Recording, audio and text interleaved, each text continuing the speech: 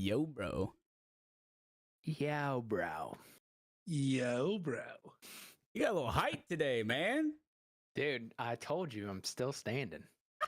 I'm not sitting back down. The pod ever didn't again. get to hear that conversation. That was on my stream. I got a standing desk like years ago, and I can't remember the last time I used the standing feature. And so I'm getting back into my workouts, feeling good. Might as well fucking stand, except my heels are killing me nowadays. You look into You one got of a those little mats? walking pad? Yeah, there you go. I mean, what's the mat going to do? Give me a tiny bit of cushion? I'm still on my feet. I mean, people buy them with the desks for a reason. They do. And I know for a fact that like people who stand at like nursing stations and stuff, like they install those in hospitals and like it's gotta be, there's gotta be a reason. They gotta be Maybe nice. It's an OSHA thing. Maybe I should get a pair OSHA of makes them do that now. the nurse Yeah. shoes. They have like these weird clog looking shoes. You don't gotta tell me, man. My mom rocked that shit for years, clowning on her ass with those things at the front door, dude. They were goofy as hell. Who was pounding on her ass? Well, I don't know. Oh, but I feel good. I'm glad. I knew that Yeah, you me would. too. Hey, thanks, man. Abe, what's up with you, dude? Not much, man. Getting this basement almost finished. We got flooring down. Gonna be able to hang out down there.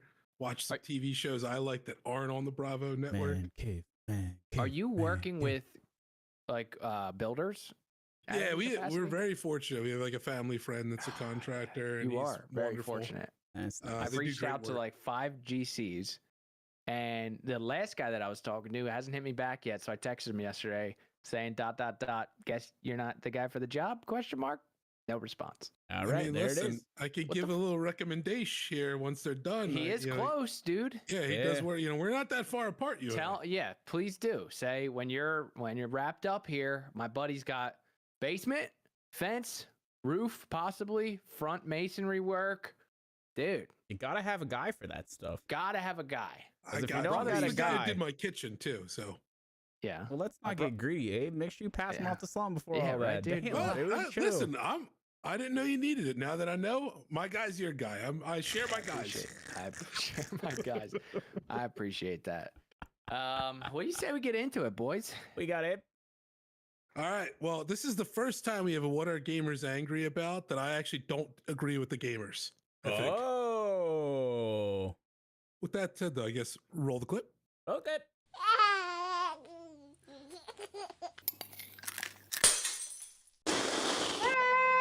So you're the guy spoon feeding us. That's what you're Yeah, trying to this say. time. All right, I hear you. Well, so this one's a little weird, right? The So peas Steam, are fine, man. Don't worry about those. I think people are reacting poorly to how this is announced and not to the actual update. And the update is that Steam has made an update to their return policy. So Steam has a very famously pretty good return policy where basically when you buy a game, as long as you play it less than 2 hours and it's within 14 days of launch, or I'm sorry, of purchase, you can refund that game. Right? Okay. They let you refund it. No That questions is a pretty asked. good deal. That's 2 the- hours, dude? It's the cornerstone of marksman play. And we play a little Yeah. refund roulette. Well, you know, we get in Yeah. there a little bit. We keep our eye on the clock. 2 hours coming up. We know we got to make a decision. Someone's Like got to pull the that duck trigger. Game, that duck game you played the other day on stream That probably duck hit game? the 2 hour return. That duck game was free. That was a Oh, early okay. access trial. Instant access. I just had to request and it said, all right, you're in. I downloaded Can it. you get 2 hours? Like, is 2 hours enough? Or do some Depends on the game. developers? It Do Some depends on some the real game. developers egregiously know- dog shit games, you're done in 2 hours. Trust me. Yeah, but do Yeah. some developers know and like front load it with a bunch of cutscenes and shit? 100% Yes, happens 100%. all the time. The Gollum is a perfect longest example. tutorial and cutscenes you ever seen in your entire life. Tutorials should be out of the 2 hours. I hear you, but it's That's- not. But it's boot time. You could leave it on the menu for 2 hours and it's gonna count. Ooh, Yeah. no, You gotta be ready. no, Can't play with settings or nothing. no, Nothing. that ain't it, dude. Mm. The change that they've made is that they are now starting your 2 hour timer when a game hits early access or advanced access as well. So as we know, sometimes you can pre-order a game, you get to play it a day or two early. The actual launch date's the 10th, you're playing it on the 9th, Hmm. or if a game is in early access, or beta even previously, Steam did not count those hours towards your refund limit. So essentially, with certain games, especially single player games, you could kind of play the game fully, complete it. You can put 40 hours into the thing, or even more if it's early access. And then once it hits its actual launch date, you get your 2-hour timer. As long as you're under 2, you can refund it. That is going away. Wait, what? It's going away? What? No, the fact that you can do 40 hours first. Now they're going to start the timer right away. Correct. Well, so wait.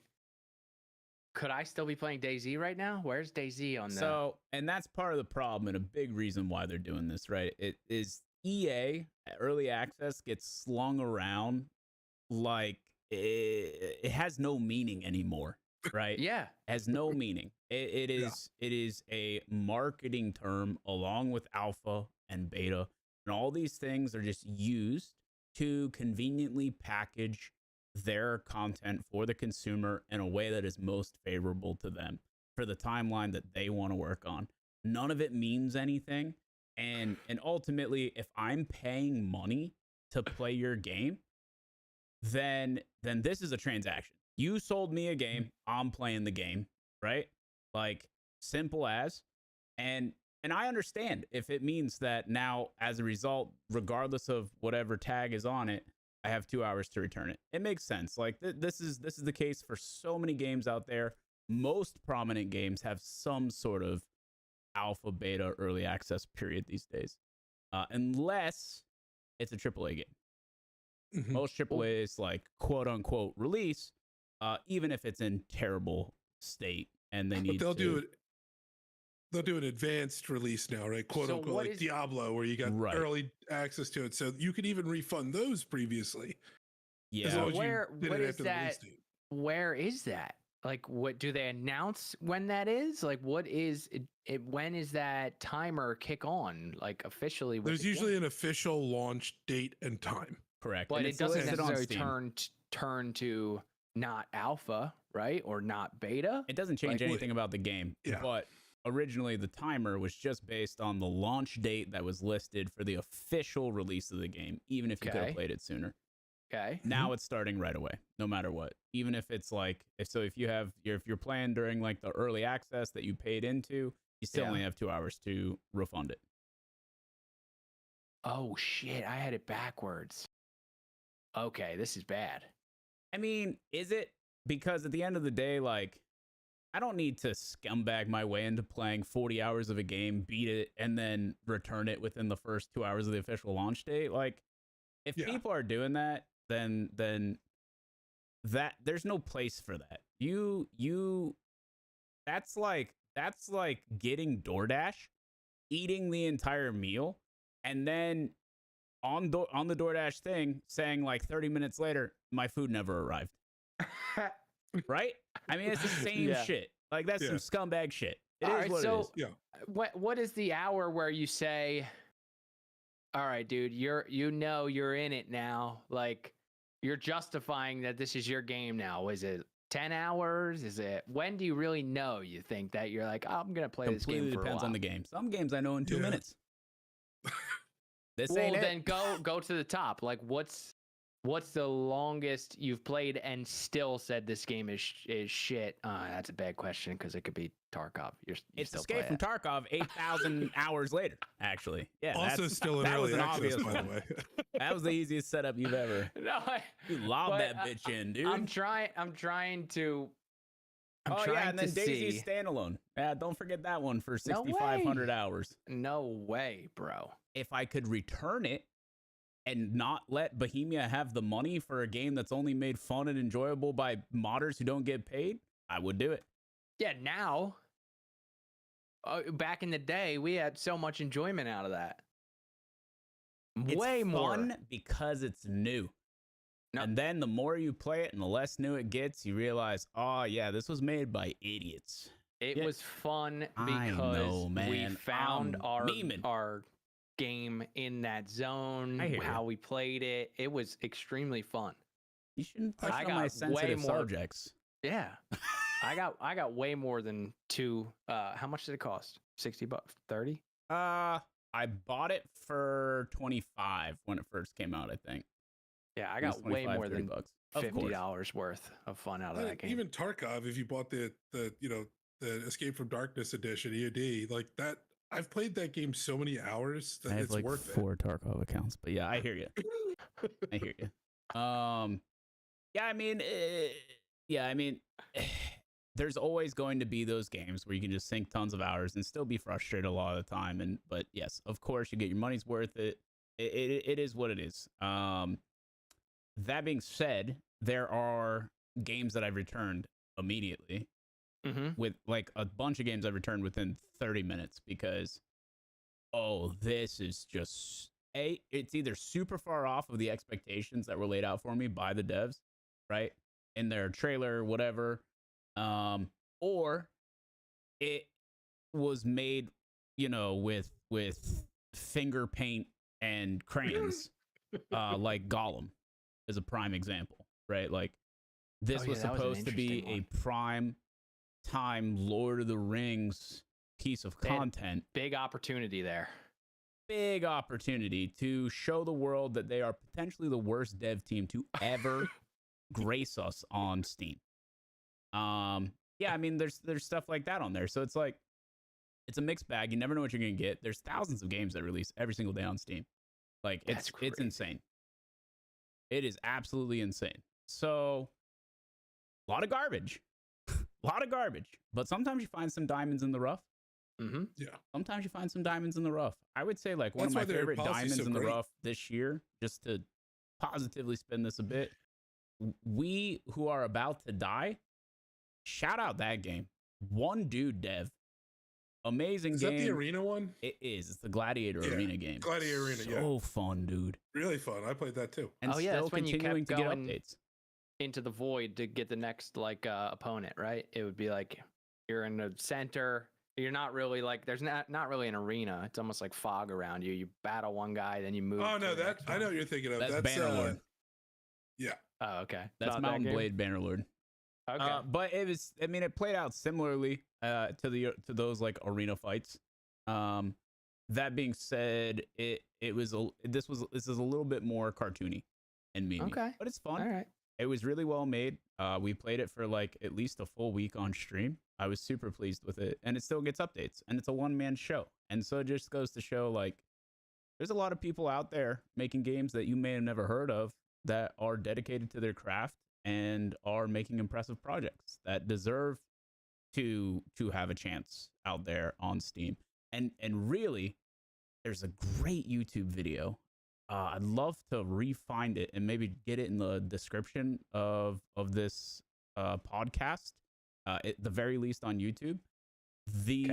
It's this guy's breakdown on how he did his best to package and manipulate the markets through like what is presented on Steam so that his game had a chance. Like this guy did so much homework on how to make sure that his game got in front of people's faces because he felt that strongly about what he had worked on. And man, this guy cut no corners. This guy put tons and tons and tons of effort into getting to where he's at now. And it just, it was really beautifully made. And we'll try and get that in there for people who are interested. But it's very cool. So, just, I don't know, like, sometimes you just gotta will Crew, Say again? Sasquatch B Studios, Validaria. What? I don't know what you're just saying words right now. These are guys that are making YouTube videos how to market your game on Steam. Make sure your game gets seen on Steam. Steam Game Marketing Gold. That one sounds good. Let's see. Find it. Steam. Yeah, I mean, well, I was gonna look after the fact, but now you got me looking now. Yeah, We Who Are About to Die. Oh, was that his game? Or no? Yes, that's the name of the game. Okay. Fandom Games? Possibly. The developer it's self-named. His name's Jordy. Oh yeah, Jordy. Jordy. That's the guy, dude. Jordy is the guy, man, and I can't say enough nice things about this guy. Phenomenal. Good guy. I think though that's why this policy too, and I don't mind them updating it in this way. I think it's totally fair, like you said. But that's why this I don't mind if they update it this way, because this policy is the best, because you can play games like We Are Who About Die and all that. You could try, you find those diamonds in the rough. Yeah. Where you're not gonna drop 10, $15 each time to get shit every single time. Right. Yeah, I think like it needs to exist to protect the devs, because if people continue to scumbag this system, then we are going to lose it. And this is like the most fair policy, in my opinion, when it comes to just the sheer volume of games that come out on Steam. This actually allows consumers to try things without constantly being punished. And I think that that's a win-win for everyone. So good on them for protecting devs like Geordie, my guy. Phenomenal. Yeah, it's a good change. And if anyone's mad at this, they were probably one of the abusers of the previous system. And, Probably. Yeah, they probably have saved up a lot of vouchers for DoorDash. Scumbags. All right, what's next, Abe? What's next? All right. Well, this one, Mark, I wanted to get your take on this, and you actually brought it to my attention though too. But Twitch made a boo-boo. They were not aware that they had basically a bunch of subs were not recurring and renewing as they were supposed to. So in March and April, a lot of people had their subs essentially canceled instead of renewing, which obviously does a lot of different stuff. Shortchanges the streamer on revenues that they're supposed to get. It ruins sub streaks and other things within Twitch itself for the content viewers. So they kind of put out an apology and then released their plan here now for how they're going to correct it. But didn't know if you had been impacted by this or noticed this or what your thoughts were. Yeah, so in all fairness, it was on the payment system that is not that Twitch uses. It was beyond a certain point, it was like built into their system to not reoccur. And Twitch wasn't made aware of this, and I don't think that they even knew that this was going to happen. So it's, to an extent, it wasn't Twitch's mess up. It was this third-party reoccurring payment processor. And I was absolutely affected. Anyone who's been streaming as long as I have and beyond, because even in my eyes, I'm not like the most OG streamer. There's people that were doing it, 5, 6, 7 years before I started. But, anyone who's been around has a bunch of really long-term reoccurring subs, and that's who lost their streaks, because it was beyond a certain point. And so I was one of the creators who got an email that said, hey, we recognize this happened. We're sorry. We've identified, the missing revenue for these 2 months, and it is going to be added to your next payout. So to an extent, no harm, no foul. The only real L is accounts that maybe don't tune in that often. There are people in my community who have quote unquote reoccurring for a very long time that may only tune in like every couple of months, say hi, wish me well, hope everything's going good. And we have a relationship where they want to continue to support my content and what I have going on. So they let it ride, which, those ride or dies, like I'm eternally grateful to. And if they don't tune in and see that this has happened and look to fix their recurring payment, it's just going to stop and they're going to lose their streak. And so they've tried to make amends and like extend the ability to continue streaks for these people. But if they don't recognize it during this like 2-3 month window, they are going to miss out and will fall off. So that does feel bad, but there's really nothing that Twitch can do. It's not like they can just like reboot them back up, Yeah. Like, yeah. And so. I don't think Twitch knew this was going to happen. Like they don't not want your money. Of course. It's the last thing that they want. And just another thing, like what you were saying about the ride or dies, like the just let it ride. It's also, just strictly business speaking, it's also another opportunity for the client to just not come back in. Mm-hmm. I'm already like, it's just another chance to justify not resubbing. Not saying that those are your community members or anything like that, Sure. but there's a lot of people out there, probably they were forgotten subs or they were let it ride subs, and then just an opportunity to not do it, like it happened already. I'm just gonna keep it that way. Especially if they lost their streak. That's the thing for a lot of people. Yeah. Like that's part of what makes them, if they can't flex that, then it loses its value to an extent. So I get it, And for those listening that want information on that, you have till May 6th to resubscribe to those channels. At that point, you will get your substreak back, and they will add 1 month to your current substreak to make up for the month that you lost. That is correct. So, but you have to manually do it. That's the key here. You have to manually resubscribe at this point. They're also not going to be scumbaggy and just automatically take the money from you now or something like that, which I respect that they're not doing it that way, but you have to go in and resubscribe. There's definitely some legality issues with that one. Yep.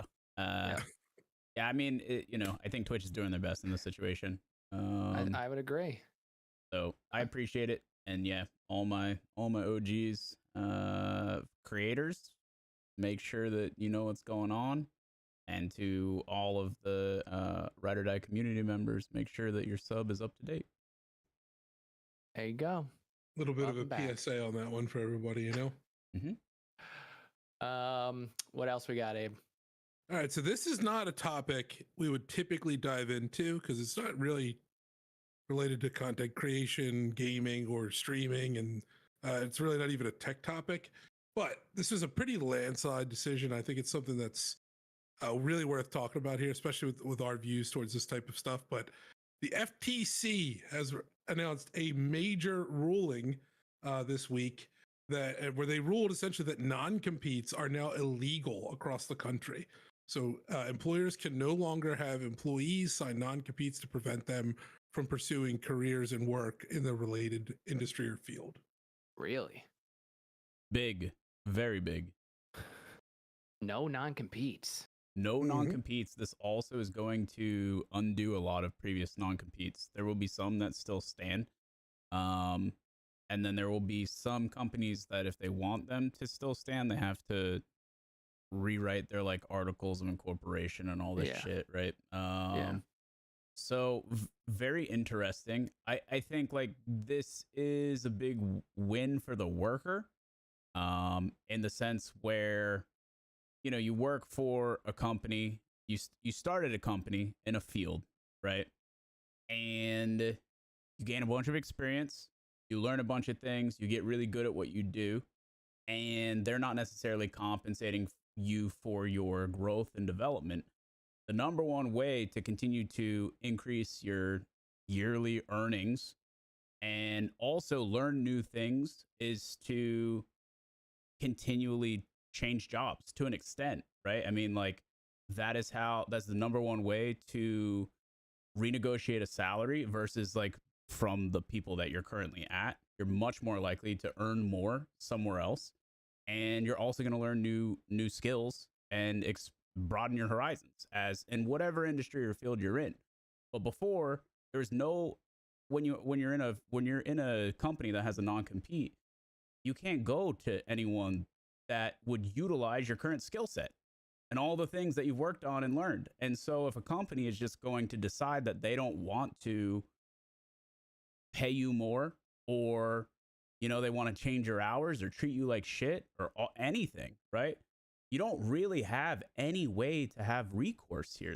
There's no win to be had. You literally have to change industries if you want to, be in a different environment. And I think that is wild, right? That obvious, and to an extent, that's worst case scenario, but that shit does happen. That's worst case scenario on the worker side. Sure. Now, what about a manager or an owner who takes a chance on someone who funds them, who invests in them, who grows them, treats them like they're one of their own, and then a poacher comes along. Yep. And this employee might not be super strong-willed, or he might have a few different values where some other things can motivate them to leave. And then all that investment, and you could be as loyal of a manager as you can. You can treat people and care people for the best, but not everyone is always going to reciprocate that to the same capacity. Yeah. So what about that situation? To me, I think that situation is part of a free market.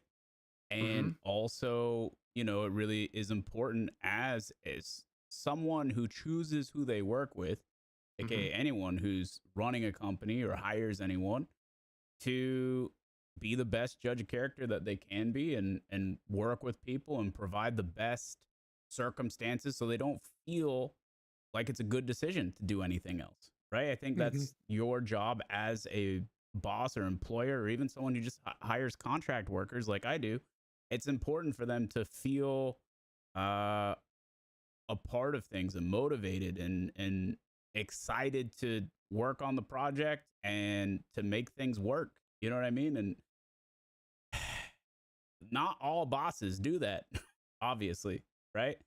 But I do think that's like part of a boss's responsibility. And so if, there's going to be times where bosses do exactly that, and that person still decides that they want to scumbag elsewhere for, a bigger check at the end of the day. And then they're going to realize that there's so much more to working for someone than just the compensation. You nailed it at the end there. And it's just like, I think we've seen this happen. Like, I know people who have experienced exactly this. They went for more money and they were infinitely more miserable. And then they got to run it back. They got to roll it back. You know what I mean? Like, oh shit, this ain't it. My life is miserable working for these people. I feel unappreciated. I get berated all the time. I'm expected to work all these extra hours. I never get holidays. They're never understanding of like normal life shit, I don't know. I think like how you choose to navigate and relate to other people is your prerogative, and it's your personal responsibility. And at the end of the day, I think this FTC ruling allows people to do exactly that. And I don't think that to work in, because it is so rampant in some industries, it's not like you can just pick and choose. Like, oh, I'm not going to work for this company if I have to sign a non-compete. Like, in some industries, that's the norm for any decent job. And so that's where things get like really sticky. It's like you're not even specifically like choosing to be a part of this. You know what I mean? It's just forced upon you, and that sucks. So I think, go ahead, Abe. I think what you find with these types of situations, though, too, is that oftentimes when people get the ability to do something, you'll find that they don't always use that ability. So it's different when you're restricted, right? And you can't go somewhere else because of a non-compete and these things that are in place.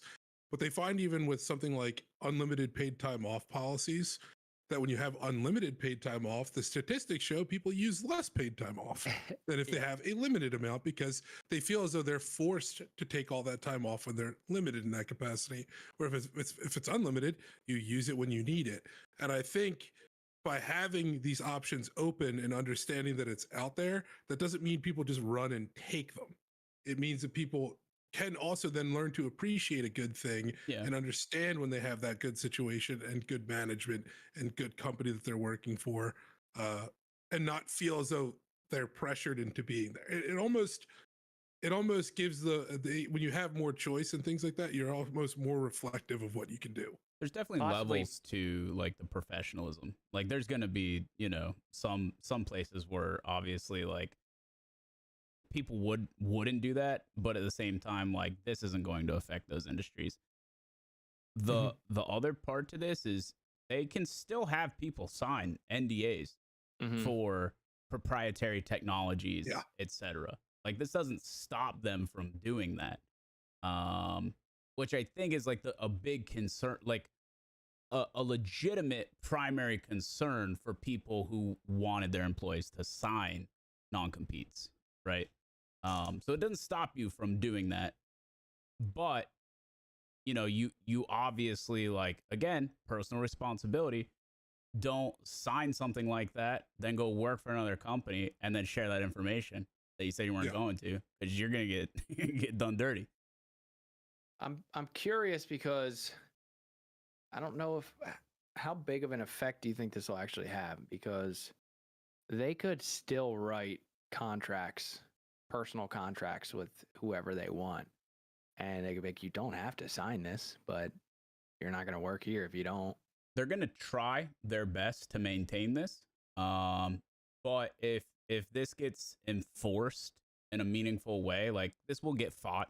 If this gets enforced in a meaningful way, it's going to mean likely better compensation for a lot of roles that probably deserve it, and probably, you know, at the expense of some bottom line for the company, right? Because they're going to actually have to make sure people feel rewarded, compensated, etc. Otherwise, they're going to go work for other companies. Like there's actual competition for the skilled worker, the worker that people want. You know what I mean? Whereas before, they weren't forced to do right by them at all. They couldn't go work in the same industry. You know, what is it, leverage? It gives them leverage over their employer, essentially. Yeah, to an extent. It's like, I can go somewhere else. Which just feels good, because I think that makes people actually personally responsible for the way that they treat people. And I think that's important. I agree with all of that. I'm just very curious to see how this works. Yeah, because time will tell. Businesses have a way of saying it's not a non-compete. It's a... They'll figure it out. Trust me. We suggest not competing, actually. Like, it's literally what they do. I don't know. I'm curious to how this if plays he competes, out. He sleeps with the fishes. Yeah, exactly. What's the equivalent of a horse head in the bed in this case, right? Like a broken laptop. Yeah, we're calling it something else now. And we don't require them to sign it, but most of them have signed it. I hear you. I mean, they're, you know, when they do shit like this to get around those types of things, there's often, you tell him, he's fired up about it. There are, like, you know, there's whistleblowers, there's, and then they have to pay all kinds of fines and whatever. And, you know, if it's enforced well, then they will be, again, it'll be in their best interest to just do right by their employees and not eat those fines, etc. Or get a great legal team, I guess, right? That's yeah, they're paying one way or another to an extent, right? So, we'll see. I mean, we'll see. I think it's ultimately probably a step in the right direction. I feel like it's always probably a good play to treat people, you know, humanely, ideally, and fair, but sometimes people don't like being treated fair because they want more. That is, yeah. As it turns out, it's going to be equal to their output and their effort, and that is a big slap in the face to some. I hear you. Oh man, the perception's a little off. I put in a whole 3 hours today. Oh, that's interesting. That's an interesting part too. Because if you're not doing well, that guy's non-compete is over. Come on over, baby. Yeah. That's interesting. Good employees are going to be more fluid, more mobile. So good employers will get rewarded to an extent if they can pull good people over and treat them well. Yeah. Good point. Okay. There you go. There you go. Thanks. There you go. What else we got, dude? All right.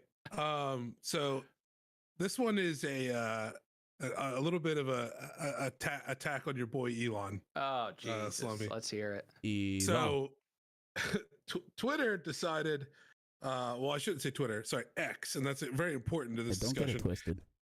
X decided that they were tired of people saying Twitter and Twitter.com and these different things. Mm-hmm. So they went in and actually replaced the word Twitter in users' posts and just did basically like a Microsoft find and replace from Twitter to X.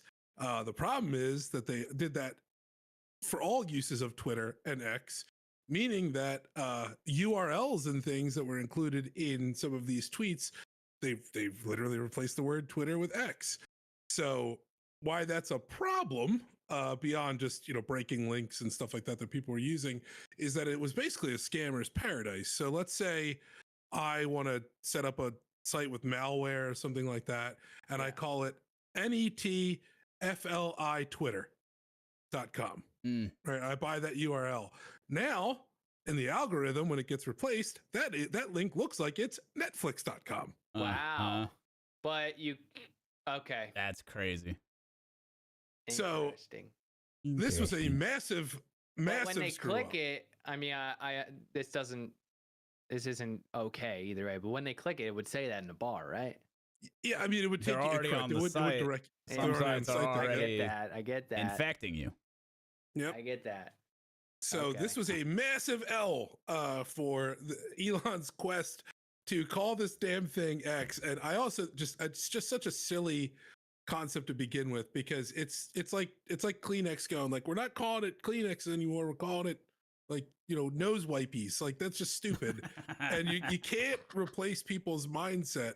You're never going to be able to drop Twitter officially, and this was certainly the wrong way to do it. You got to give them a reason. I just I get the X concept when it comes to Elon. I get he has this like big picture vision, right, about what it's going to mean to have X social media and beyond, right? And so he wants to create a YouTube competitor. He wants to have and a bank competitor too, video hosting, and like a literal one-stop shop for the internet. That's what he wants it to be.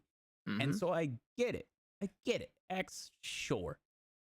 But dog, you're putting the cart before the horse here. You can't just change the name without changing anything about the website yet. You haven't done any of it yet. It's got a new logo. It's got a new logo. He did it. He did it though. He bought it and he changed the name. But I just, I think it's a little overzealous until he actually creates something that's different than what existed.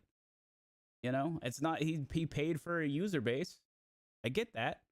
Mm-hmm. But he hasn't done anything yet. I think he's done a bit. You're right. There are more bots on the website now. No, I think there are more bots, which was one of the main talking points for him buying it. I hear you. Listen, I'm not rooting for him. I want to see it be a good platform because it's one of my favorite social medias. Twitter is great. This is how Elon makes progress. He breaks it. He moves fast and breaks things. Oh. Because if you're not breaking things, you're not even trying things. That's literally his motto, bro. NASA is document, maybe do a trial once every 10 years. SpaceX is fucking fly that rocket and we'll learn when it explodes in the sky. Nothing more I can appreciate than him damn near single-handedly propelling us back into space age exploration. Hell yeah, dude. Amen. There's no doubt. He's a huge part of that. And he lit a fire under NASA's ass, and now NASA's back in the game. All these things, right? It's like, give the guy credit where credit's due when he's doing shit. But on the Twitter side of things, we're kind of fucking dragging our ass here, dude. Let me put together a list of what he's done and what he's messed up for Twitter, and we'll bring it back to the podcast. Okay. I really don't know. I use it every day. What's up? I use it extensively every day. I hear you. The platform, and maybe it'll get there. He's what he has done is he's tried to add some live streaming capability. Mm-hmm. It's really bad, but it's there. Our space is not gigantic because they are in some of the circles that I see. Yeah, they're kind of like this niche thing where tech dudes finger pop each other's buttholes. It's not always tech, dude, I'm just, bro. I mean, listen, I'm just a lot of politics too. Yeah, and Yes. like that's fine, but I don't think it's it is certainly ignored by the majority of users of the platform, which, you know, like every social media picks a thing and they try it, and, you know, like maybe it catches on, maybe it doesn't. Even Twitch did like this, like their own like stories thing that, you know, like a absolutely minuscule portion of the platform used, and now it's dead. Like they're all doing it. You know, I'm not gonna. They're all doing it. I'm not gonna knock. You know, it's fine. It happens. And like I've been a part of spaces. I've been in a space. I've talked on a space like as like a, you know, like a platform speaker. Blah blah blah. And I don't think it's the worst. It's okay. I think if it's done correctly, I think it's a pretty good idea, because you potentially have a chance to speak with someone who would be doing a space. I think that's how it works, right? A bunch of people can join and listen. There's a moderator who could potentially like pick you if they start you can doing guest speakers if that feature's turned on. I mean, that's kind of cool, dude. For people like it I'm not gonna get into a massive platform, which is the value, right? Yeah. And it does allow for interaction between people who wouldn't otherwise. Now, do a lot of those like interactions devolve into like some trolly bullshit? Yeah, that does happen a lot. As some dipshit random, because you have a gigantic platform, and Johnny 7369X69 raises his hand and you put him on the mic, and he starts playing his favorite Pornhub video. Well, that's why you need a good moderator, for sure. Yeah. And I mean, you know, I'm sure they will flesh out tools to, you know, just like in any like call line type situation, right? The people who call into Howard Stern are screened before they go on. Maybe Howard Stern's a bad example. Maybe it's better if you don't screen them for that kind of content. But, yeah. I get what you're saying. Yeah. I mean, it just, you know,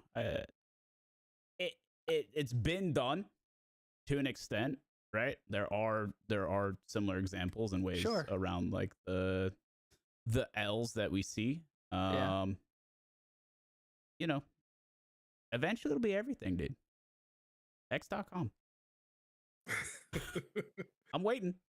I will say too, it's not tangible, but he did do a lot, according to him, with censorship on the platform too, and removing censorship. So I don't know how much he actually did in that case. It seems like he's done a lot, but well, do you want to know? Because I can link you to what they call the Twitter files if you really want to see. No, I've read through that all on this podcast, but that's why I mentioned fully it. open. I think he did do that. I'm not saying I think he did do that.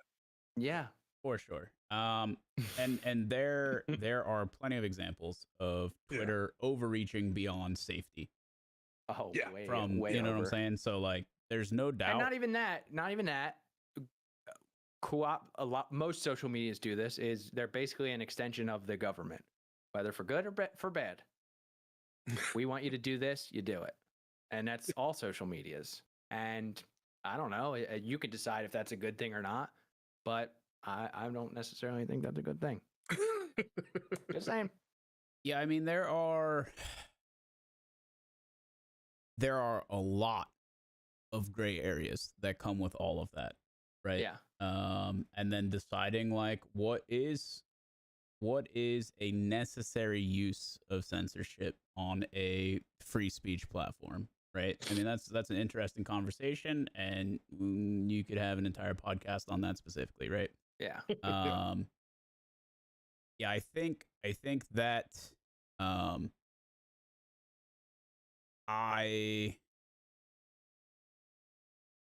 I personally am on the less bothered side of people being able to do what they want. And I think side. When I say that, there are, outside of specific safety concerns, like child pornography, there's a extensive list. Yes, right. Correct. You know, like hosting white clan rallies on the internet. You know what I'm saying? Like, which is a thing. You know what I mean? Like, And so like there are specific safety concerns that need to be addressed, but I think ultimately the list is shorter than one would think. You know, like I'm an internet person and I know that I am biased because of that. But I think there's like a lot of things on that list that I would be fine with because people are going to treat it the way that it should be treated anyway. Like write it off. Like it's BS. Yeah, I don't even need to look at it. I'm not going to interact with this shitbird kind of deal. Exactly. And it's the same reason why I engage in chat in League of Legends. And it's one of my favorite parts of the game. You know what I mean? Intentionally engage. I intentionally engage. Rattle the shitbird nest. When I say, you know, I'm like Bane, bro. I was born on the internet. I'm molded by it. I can't. It's in me. You know what I mean? So I didn't know the public till I was merely a man. So, you know, I think like I am partially biased on that front. Politics aside, I just want to see Elon make it a good platform for use. And if he expands upon X's functionality and gives me another meaningful video hosting website, I'll fucking post there. You know what I mean? Is it not there right now? No. For posting videos, not necessarily live, but for posting long form content? No, there's like limits and stuff, and there's no like, they want to make it so that it looks like YouTube, which is the right choice. Where you have like tiles, right? Thumbnails, tiles of thumbnails, and you click on them and look, and it's based off your preferences and who you follow and all that good stuff. So they want to make that, and they also want to do live video streaming. And he wants to bankroll all of that, and I can put it out on another platform where it can get new faces. Hell yeah, brother. I take that win. But don't expect me to call it fucking X until you do, Elon. Don't get it twisted. Until then, it's Twitter. All right? That's where I'm at. He did throw out millions of dollars of brand. Like, just have a tweet. Yeah. That's beautiful branding. Yeah. But, I mean... It's like vernacular now, too. It's common vernacular. Correct. That's what people say. Yeah. Making you wear dresses. Do you know that's not actually what, like, that's the censored version? Yes. But the uncensored version is not even bad. Doesn't matter. Oh, gosh. Anyway. We got one more, Abe? I do. Now, I actually have another one that's done on the sheet. Some has a closing thought. Here we go. No, we'll go. This one can be really quick. We won't do one on the sheet then. We'll do a quick one because I always like to try and get called. We always say, mark this, let's look at it later. And we seldom get a chance to. We do have that opportunity now because Apple just announced this week that they're going to be scaling back production on the Vision Pro and other issues with the Vision Pro. Basically, due to lack of demand, they're going to be scaling down their production of it massively. They're cutting the shipments. I think they're going down to as little as like 400,000 units when their original market consensus was somewhere around 700 to 800,000. So, you know, at the end of the day, the Vision Pro, it's not doing very hot right now, and it's hard to see why it wouldn't be, struggling given it's $3,500 for basically a Vision Quest. Okay, I was about to be like, what are you talking about, dude? Yeah, it's exactly why. Like, what? You MacBooks, a lot of people can justify buying them. They're expensive. The tech isn't as good, but they are super optimized. The iOS ecosystem is great for people that like Apple. I don't even have that big of an Apple ecosystem, but I use a MacBook on the go. I got a 5-monitor PC right here, but dude, $3,500 for a freaking they had to have known this was going to be like a rich niche right here. Like just I don't know why they would think this was going to take over Oculus or any of the other ones, dude. Like, to an extent, they relate to the game. So a lot of the people who want to be early adopters, it's not the same as when they came out with the iPhone and no one had smartphones. You know what I mean? Or no, you mean the app? Even before that, the iPod. So having a library of songs in your pocket, they were first with that too. 100%. And they so like they use that to also leverage their way into, you know, a smart device in your pocket at all times, right? Like it was a stepping stone. Yeah. They were first on all of that. Mm-hmm. They are late to the game on any kind of you know, altered reality even. You know, like I'm not just saying VR, but any kind of AR, anything. Like people have been doing this, like our guest that we had on the podcast, whose name is Jim Bradbury. Jim Bradbury, my man. Like he said, people have been doing this a really long time, and there's a bunch of things that are out that blow people's minds that aren't new, and for the day-to-day consumer of high-end new tech, odds are most of them already have some sort of VR system. And so you're not even necessarily capturing that market. So yeah, man, it feels like if they wanted, they're not used to being behind the eight ball on these kinds of things, I think. And so I think they needed to look at it from a perspective of, we can't sell the upper echelon consumer right now. Maybe we need to make this smaller, cheaper, more accessible, so that we can cast a wider net. Because they ain't cast a very wide net at 35 hundo. They absolutely have to make this cheaper, because they nailed it with what it can do with fitting into the Apple people. It's exactly what they It's exactly what they want. That's their unique and it works very value. Well. Yeah, you need to bring the price tag down though. Gotta happen. I think if it was like a G to 15, correct. I agree. It would be. I agree. Astronomical. Completely different thing. I think barrier that's entry man. Just way too high. Way too high. And again, like just because like a bunch of people have already expensive Oculus Vives, indexes, and I know like it's not exactly the same thing, but when you already have one of those and you recognize kind of where AR VR is at right now in your heart of hearts, your soul of souls, you're not paying $3,500 for one from Apple. No, you're not going to do it. I just checked the prices too. The Meta Quest 2 is $200 USD. Correct.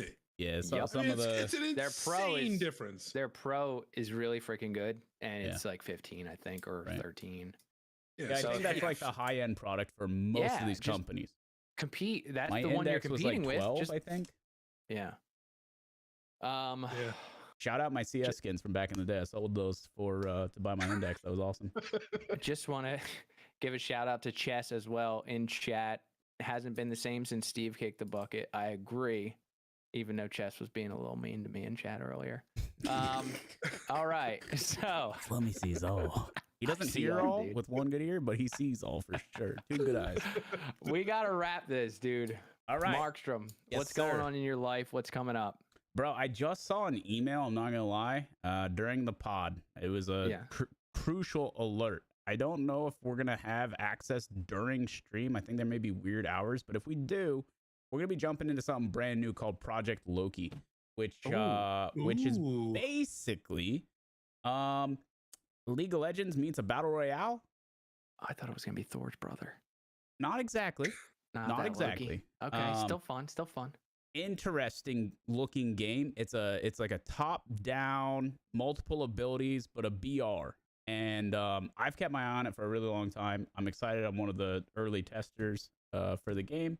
There's no NDA or anything like that, so I can stream it, but I got to look at the hours. So pending the hours, I'll be jumping into that. If not, we'll be continuing checking out PAX Day, which is a new survival MMO. Which is interesting. We didn't get a lot of opportunity to check it out the other day, but somewhat promising for something new for the channel. So we'll be diving into that Thursday, Friday, kind of kicking it end of the week vibes. If you want to swing through, twitch.tv/Markstrom. There it is. There it is. I haven't had to ask you that in like 8 episodes. I'm nice, bro. What can I say? Abe, how about you, dude? You got any vacations coming up? I do in May. I announced that in a previous pod, so there will be a week where I'm off. But no, I'm gonna be moderating over at the stream. I'm excited to see that Project Loki game. I've also been tracking that, so hopefully I can watch you play that because that one was on my radar a bit too. It seems pretty cool. But yeah, you can catch me in the chat over at twitch.tv/Markstrom. Wonderful, wonderful. My name is Slum. Dude, I enjoy every podcast, but I enjoyed this one. I know I have a short leash with what I'm allowed to talk about certain times, but when we get on that edge, it's nice. I don't ever want to get you in trouble or anything like that or hurt anyone's feelings, but there is stuff that I do enjoy talking about. But dude, excellent freaking podcast. I had a wonderful time. Guys, if this is your first time watching, what are you doing? First off, thank you for being here, but we do this every week, every Wednesday, unless Markstrom has a baby or Abe goes on vacation. So, would you kindly hit the subscribe button on YouTube, share this podcast with your mom, your brother, your aunt, your whoever in your family and friends. Share it with them. Just get them to subscribe. We'll pop up. They'll give us a chance. We have a great time every week, and we want to bring that great time to everyone that we can. So, this has been another wonderful episode of the Plug Podcast, and we will see you guys next week. Peace.